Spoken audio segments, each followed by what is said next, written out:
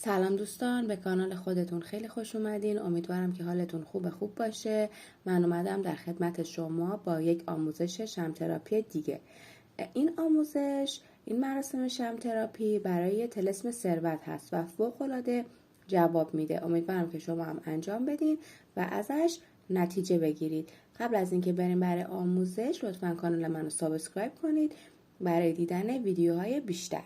خب، توی این مراسم به چیزایی که ما احتیاج داریم: شمع سبز، شمع سفید، اسکناس یا سکه، عود چوب صندل، زعفران، برگ بو، گل میخک. از این مدل گل میخک هایی که باید از عطاری بگیرید. پرتقال رو از وسط نصف میکنید. پوست پرتقال میخوایم ما. خب از وسط نصف میکنید، داخل پرتقال خالی میکنید، فقط پوستش رو برمیدارید و دور تا دور پرتقال و گل میخک میزنید به این صورت. خب الان من 2 تا رو جلوی دوربین انجام میدم که شما ببینید. از اینجا فشار میدید و میفرستید داخل. اگه دیدید از این ور نمیره، از اون سمت هم میتونید، یعنی از اینجا فشار بدید که مثلا اینجا سوراخ بشه، بعد گل میخک رو از این سمت وارد کنید. ولی از همینجا اگه حواستون باشه که کامل پرتقال خراب نشه، میتونید انجام بدید. خب به این صورت دور تا دور پرتقال رو ما میایم گل میخک میزنیم. خب و یه دونه برگ بو میخوایم که روی برگ بو اسم و اسم مادر اون شخصی که میخوایم براش این طلسم رو انجام بدیم. اگه خودتونید که اسم مادر خودتون، ولی اگه برای کس دیگه میخواید انجام بدید، اسم و اسم مادر اون شخص باید باشه. خب من برم اینا رو اوکی کنم و بیام.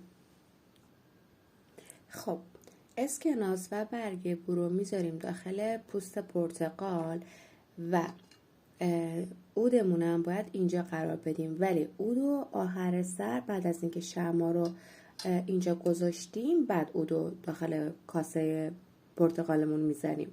خب الان من شمع سبز دارم و برای این مراسم حتما باید شمع سبز روشن کنید. چرا؟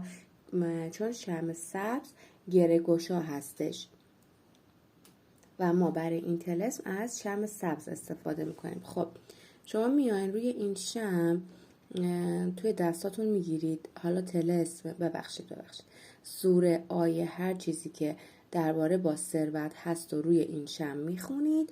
به اصطلاح شمعتون رو شارژ میکنید. بعد میریم روی شمع اسم و اسم مادر اون شخصی که میخوایم براش شمع تراپی انجام بدیم و مینویسیم. همون اسمی که روی برگ بو نوشتیم و اینجا می نویسیم. خب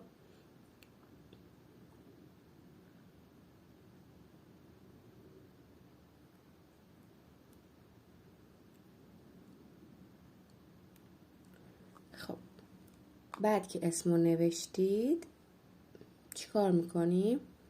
یه مقدار روغن زیتون فقط روی همین قسمتی که اسم نوشتیم، نه همه جاش، فقط روی همین قسمت روغن زیتون میزنیم و زعفران روی اسما میذاریم، روی همون جایی که اسم نوشتیم. بعد دیگه شمعمون رو میذاریم و روشنش میکنیم. خب فقط یه مسئله که هست بچه ها، من الان کبریت پیدا نکردم و دارم با فندک انجام میدم، ولی شما حتما خواستید انجام بدید با کبریت انجام بدید. خب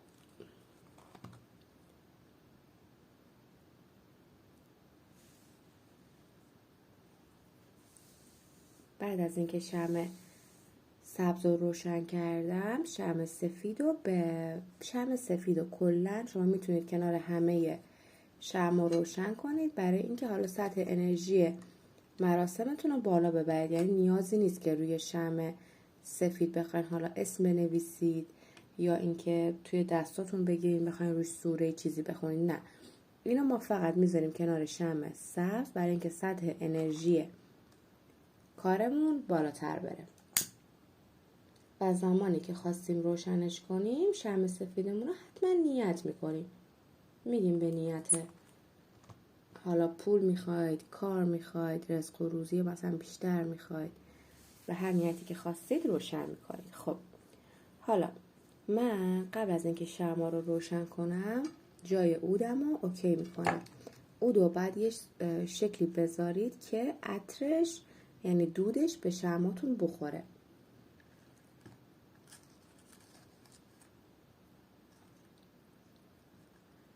اینجا اگه من بذارم اوکیه.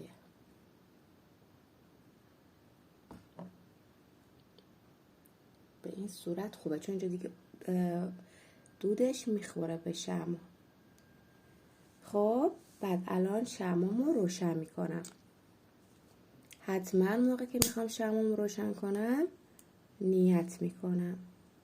حالا به هر نیتی که خودتون خواستین، ثروت خواستین، مثلا طلا خواستین، ماشین خواستین، زمین خواستین، کار خواستین، چیزایی که مربوط به پول و حالا ثروت میشه. بعد که اینا رو روشن کردم شمعم عودم روشن میکنم. بچه‌ها دقت داشته باشید حتما باید با کبریت انجام بدید.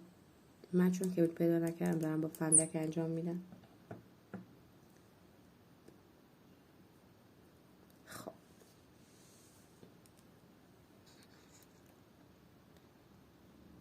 به این صورت بعد باشه. میبینید؟ خب حالا بعد از اینکه این شمع رو من روشن کردم خب چیکار میکنم؟ مدیتیشن، مراقبه، نوشتن نامه که بهتون ویدیوشو نشون داده بودن، اینا رو انجام میدید حتما به نیت ثروت. حالا گفتم هر نیتی که خودتون خواستید میتونید مراقبه یا مدیتیشن انجام بدید. مدیتیشن هایی که مربوط به ثروت و اینکه حالا نامه به فرشته ها بنویسید به همون صورتی که بهتون آموزش دادم تو ویدیو قبلی. بعد که اینا رو دیگه انجام دادید، مراقبه، حالا نامه نوشته، همه این کار رو کردید، برگ بوتون رو بر میدارید، برگ بویی که روش اسم و اسم مادرتون رو نوشته بودید و با شمع سبز میسوزونیدش. ببینید تا دوربین رو بگیرم بالا ببینید به این صورت با شمع سبز دوستان. حتما برگ بوت یهو ویدیو قطع شد. برگ بو بچه کامل باید بسوزه. خب چون من ناخونم بلنده از دستم میافته. کامل بسوزونیدش. خب کم دیگهش باید بسوزه. از این سمتش میگیرم که خب این کامل سوخت. خب بعد از این دیگه ثبت میکنیم تا شمعمون بسوزه، قشنگ آب بشه، بیاد روی این زعفرونا و تا پایین بیاد. به هیچ وجه شمعمون رو خودمون خاموش نمی کنیم. خودش باید حتما خاموش بشه. بلکه این کار تموم شد دیگه، مثلا حالا این طلسم انجام دادید، این اسکناس رو داخل کیف پولتون قرار میدید. تعداد دفعاتی که میتونید شما این کار رو انجام بدید کاملا بستگی به خودتون داره. میتونید فقط یک بار انجام بدید، میتونید اگه حالا دوست دارین هفته یک بار، هفته 2 بار، ماهی 1 بار. میگم کاملا دل بخواهیه و هیچ مثلا تایم مخصوصی نداره. هم برای خودتون میتونید انجام بدین هم برای دیگران. امیدوارم که انجامش بدین و ازش نتیجه های خوب بگیرید. دوستتون دارم. فعلا خداحافظ.